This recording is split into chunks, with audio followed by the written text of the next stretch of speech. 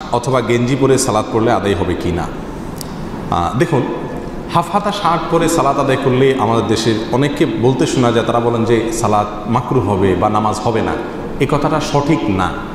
আসলে আমরা এর আগে কোনো একটা আলোচনা বোধহয় বলেছিলাম বা কোনো একটা প্রশ্ন উত্তরে বলেছিলাম, জামার হাতা অথবা নিচের কোনো অংশ ভাঁজ করে নামাজ পড়া নিষেধ, কিন্তু জামাটাই যদি বানানোই হয় হাফ, ওটা তার ভাঁজ করা না, তাহলে সেটা নিষিদ্ধের আওতায় পড়বে না।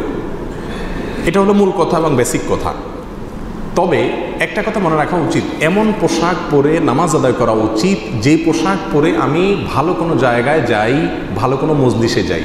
সচরাচর আমি কোনো গুরুত্বপূর্ণ মজলিসে যাই না, যে পোশাক পরে সে পোশাক পরে নামাজ পড়া উচিত না।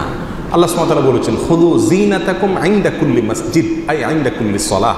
প্রত্যেক নামাজের সময় তোমরা সুন্দর কাপড় চোপড় পরো, ভালো কাপড় চোপড় পরো, যথাসম্ভব নিজেকে সাজাও।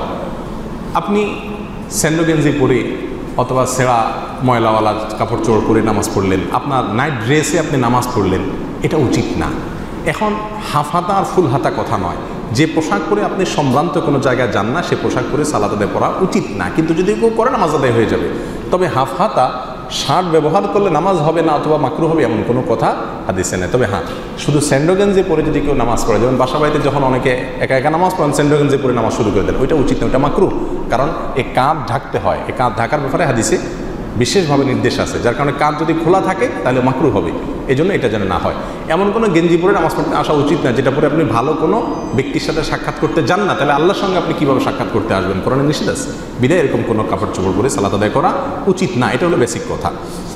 জামার হাতা এভাবে গুটিয়ে কিংবা আপনি সুন্দর করে ভাঁজ করলেন, সুন্দর করে শার্টের হাতা অনেকে ভাঁজ করে না, এরকম ভাঁজ করে আপনি নামাজ পড়লেন, আপনার নামাজটা ত্রুটিপূর্ণ হবে।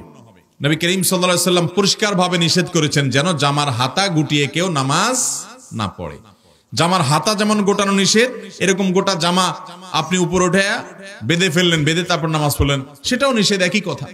অতএব জামার হাতা গুটিয়ে নামাজ পড়া এটা মাকরুহ, নামাজ জন্য ত্রুটিপূর্ণ, এটা জায়েজ নাই। হাতা গোছানো থাকলে সেটাকে খুলে দিয়ে মেলে দিয়ে তারপর সালাত আদায় করতে হবে। কারণ আল্লাহর সামনে আপনি যখন দাঁড়াচ্ছেন তখন এই দানোটা বিনয়ের সর্বোচ্চ পর্যায়ে আপনি বিনয়ী হয়ে তারপরে আল্লাহর সামনে দাঁড়াবেন। আপনি হাতা গুছিয়ে থাকা এটা আল্লাহর সামনে দাঁড়ানোর যে শান, তার শানের সাথে যায় না। সবচেয়ে বড় কথা হলো হাদিসে নবী সাল্লাল্লাহু আলাইহি ওয়াসাল্লাম নিষেধ করেছেন। এইজন্য জামার হাতা খুলে তারপরে আমরা সালাতে দাঁড়াবো। অনেক ভাইরা আছেন যে বিশেষ করে ওযু করে এসে জামাত শুরু হয়ে গেছে, তো ওযু করার জন্য হাতা গোছাইছেন, ওই অবস্থায় তিনি এসে জামাতে দাঁড়ায় গেছেন। তাহলে জামার হাতা যে গোছানো আপনার, ওই অবস্থায় পুরো নামাজ পড়ে ফেলছেন। তাহলে নামাজ তো হয়ে যাবে, কোনো মতে হয়ে যাবে, কিন্তু ত্রুটিপূর্ণ হবে, মাকরুহ হবে। এই কাজটা করা উচিত না। অতএব আপনি হাতা নামিয়ে তারপর নামাজ শুরু করবেন, অথবা তাড়াহুড়া করে শুরু করছেন, যেমন প্রশ্নকর্তা লিখেছেন যে ভুলে গেছেন, তাহলে এবার নামাজের মধ্যেই আমলে কাসির যেন না হয়, আলতো করে আপনি জামার হাতাটাকে ঠিক করে ফেলেন। কথা বুঝে আসছে?